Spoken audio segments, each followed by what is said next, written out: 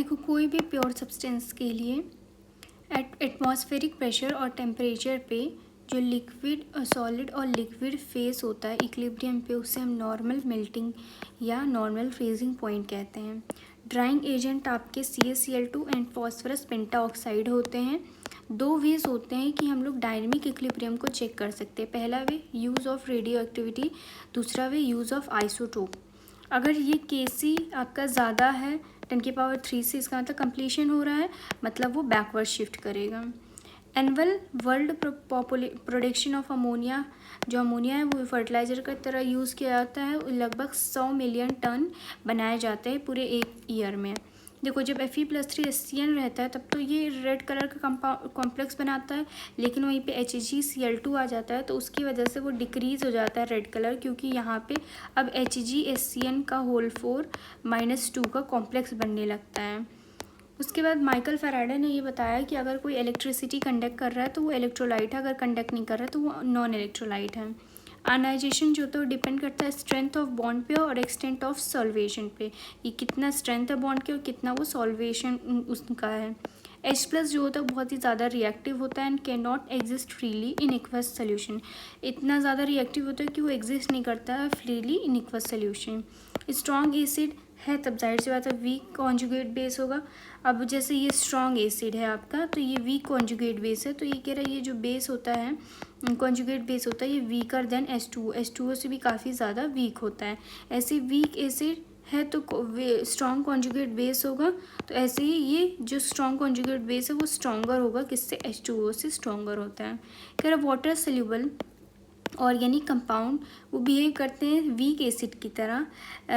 जो water soluble organic compound होते हैं वो और वीक एसिड की तरह बिहेव करते हैं, और उससे हम यूज़ कर सकते हैं इंडिकेटर्स में, जैसे कि फिनोल्फ्थेलिन और ब्रोमोथायमोल ब्लू। कह रहा कोडीन, क्यूनिन एंड निकोटीन ये जो होते हैं ये आपके वीक बेसिस होते हैं। पॉलीप्रोटिक एसिड है तो आपका यहाँ पे K1 सबसे ज़्यादा, उससे कम K2, उससे कम K3 होता है डिसोसिएशन कांस्टेंट। ये जो आपका बफर वाला फॉर्मूला होता है इसे हम बोलते हैं हेंडरसन हसल-बर्च इक्वेशन बोलते हैं। कह रहा pH जो होता है बफर सोल्यूशन का वो डाइल्यूशन पे इफेक्ट नहीं डालता है।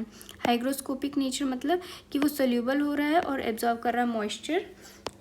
उसके बाद सॉल्युबिलिटी डिपेंड करती है दो चीज़ पे, एक तो लैटिस एंथैल्पी, एक तो सॉल्वेशन एंथैल्पी। देखो, सॉल्युबल होने के लिए आपकी जो सॉल्वेशन एंथैल्पी है वो ज़्यादा होनी चाहिए लैटिस एंथैल्पी से, तभी जाके सॉल्युबल होगा। और characteristic solubility of each salt depend करता है टेम्परेचर पे। देखो, सॉल्युबल कब होगा, सॉल्युबल तब होगा जब 0.1 m से ज़्यादा होगा आपकी सॉल्युबिलिटी, तब ज़्यादा जाके सॉल्युबल होगा। स्लाइटली सॉल्युबल तब होगा जब 0.1 से कम और 0.01 से ज़्यादा होगा। और वहीं पे स्पैरिंगली कब होगा, जब आपके 0.01 से भी कम होंगे आपके। कह रहे increasing concentration of any ion lead to precipitation. यहाँ पे कह रहा अगर हम लोग कोई भी इसमें से कंसनट्रेशन को इंक्रीज़ करेंगे तो वहाँ पे प्रेसिपिटेट बन जाएगा। और कह रहा अगर हम रिमूव करते हैं कोई भी आयन को तो वहाँ पे मोर सॉल्ट जो होगा वो डिज़ोल्व कर जाएगा।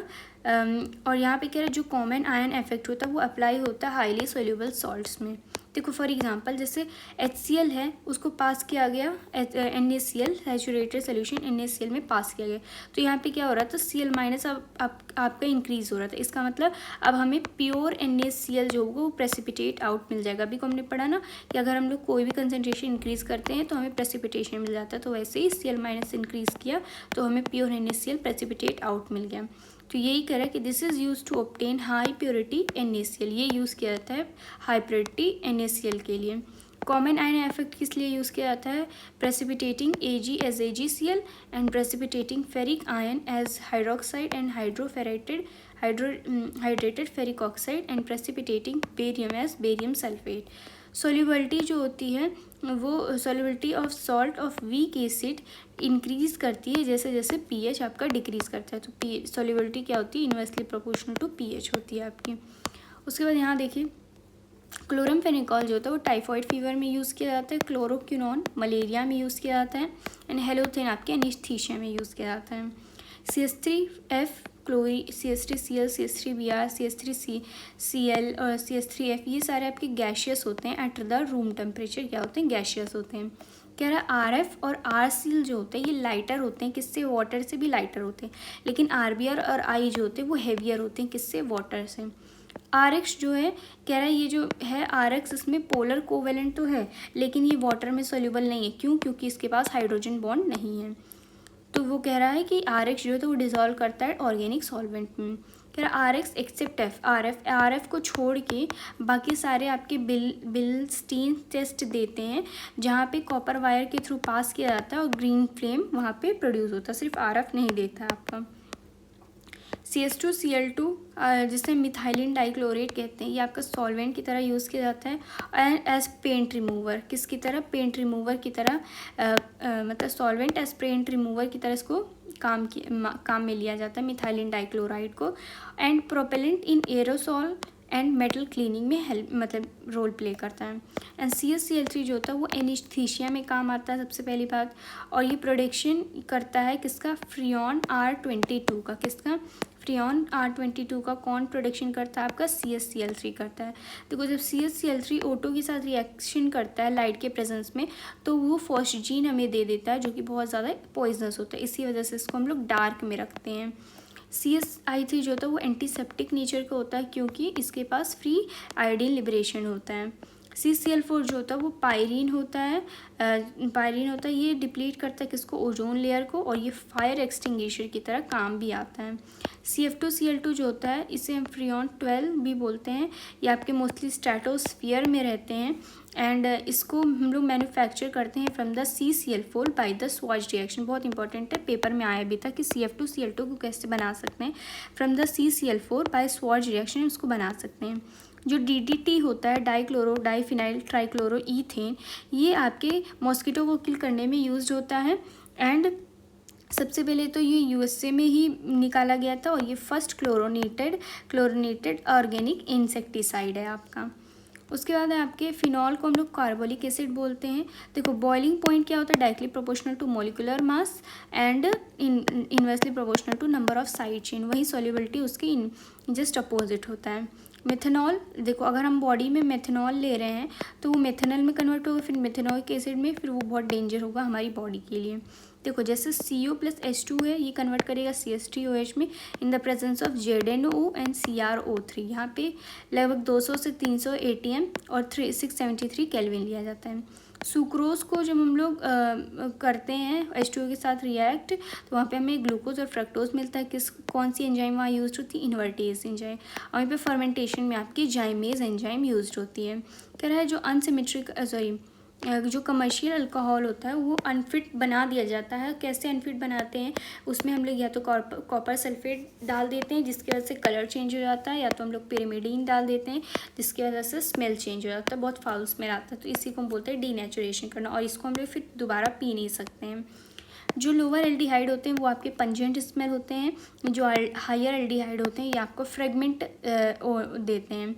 और लोअर एल्डिहाइड और कीटोन जो होते हैं वो सोल्यूबल होते हैं वाटर में, लेकिन जो हायर वाले होते हैं वो सोल्यूबल होते हैं आपके ऑर्गेनिक सॉल्वेंट में। बॉइलिंग पॉइंट की बात करें तो सबसे पहले तो आपका अल्कोहल होगा, उसके बाद उससे कम आपका कीटो, उससे कम आपका एल्डिहाइड होगा, उससे कम ईथर, उससे कम एल्कीन होता है। 40% ऑफ फॉर्मेल्डिहाइड को हम लोग फॉर्मेलिन कहते हैं। ये प्रिजर्व करने में हेल्प होता है बायोलॉजिकल स्पेसिमेन को, एंड प्रिपेयर करता है बेकेलाइट फिनॉल फॉर्मेल्डिहाइड रेजिन। कह रहा हायर जो कार्बोक्सिलिक एसिड में कह रहा है जो हायर मॉलिक्यूल्स होते हैं वो आपके फैटी एसिड की तरह काम करते हैं C12 से C18 तक। एंड फॉर्मिक एसिड ये आपके रेड एंट में पाया जाता है। और यहाँ पे बटर में देखो कह रहा है रैंसिड बोलते हैं इसको, CH3 CH2 CH2 COH, ये आपके बटर में पाया जाता है। हो सकता है पूछ ले पेपर में, बटर में पाया जाता है। देखो पायरोलाइसिस क्या होता है? कोई भी बड़े अल्केन को तोड़ के छोटे छोटे में कन्वर्ट कर देना। कह रहा है एवरी CH2 मॉलिक्यूल जो होता है वो बॉइलिंग पॉइंट इंक्रीज़ करता है, लगभग 20 से 30 केल्विन इंक्रीज़ करता है। जो एसिटाइलिन होता है C+C, ये यूज़ किया जाता है आपके वेल्डिंग्स में यूज़ किया जाता है। जो बेंजोइक एसिड होता है ये इनसॉल्युबल होता है, किसमें? कोल्ड वाटर में इनसॉल्युबल होता है ये। हेक्सेन डाइओइक एसिड जो होता है यूज़ होता है किसमें, in the manufacture of nylon 66 में इसको यूज़ किया जाता है। और सोडियम बेंजोएट आपके फूड प्रिजर्वेटिव में यूज़ किए जाते हैं। वहीं हायर फैटी एसिड जो होते हैं वो सोप और डिटर्जेंट बनाने में यूज़ किए जाते हैं। एड्रेनलिन जो होते हैं और एपिनेफ्रिन जो होते हैं वो इंक्रीज़ करते हैं बीपी को। और ये जो नोवाकेन होता है ये आपके एनेस्थीसिया में यूज़ किए जाते हैं बाय द डेंटिस्ट। एंड जो ये बेनाड्रिल होता है, बेनाड्रिल जो होता है ये आपके एंटीहिस्टामिन ड्रग होते हैं और इसमें टर्शी अमीनो ग्रुप पाया जाता है। क्वाटनरी अमोनियम सॉल्ट जो होते हैं ये यूज़ किए जाते हैं सर्फेक्टेंट की तरह, किसकी तरह, सर्फेक्टेंट की तरह। वहीं पे एनालिन जो होता है वो कलरलेस होता है, लिक्विड, लेकिन ये कलर्ड हो जाता है क्योंकि एटमॉस्फेरिक के ऑक्सीडेशन की वजह से ही कलर्ड हो जाता है आपका।